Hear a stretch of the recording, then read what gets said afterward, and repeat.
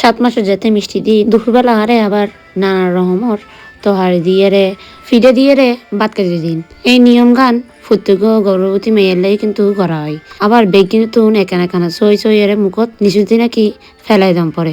এমনকি আর এই হানায় তুন ছোট ফুয়া সকলরে হাওয়াম পরে। যারা ছোট ছোট ফুয়া মাই আছে তারাও দম পরে বাঘ। আই অবশ্য এদিকে হাইতে জম না হা কিন্তু আই বেগুনরে একটু হাবাইলাম যারা ছোট আছিল। আর ঘরের ফুয়াশা প্রায় আনজো ছোট ইতারা বেগুনে হাই যার কি কানা কানা। আর এই হানাই নাকি মানে আই যদি হাইতে না পারি পরবর্তী নাকি হাইতে না ভাত জাতীয় হনো কিছু পরে আই একবার ছাড়া 2 বেলা হাইতে না। এখন এক জায়গার কিন্তু এক ধরনের নিয়ম।